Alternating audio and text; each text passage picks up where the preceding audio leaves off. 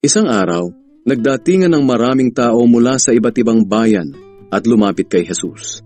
Ikinuwento niya sa kanila ang talinghaga na ito.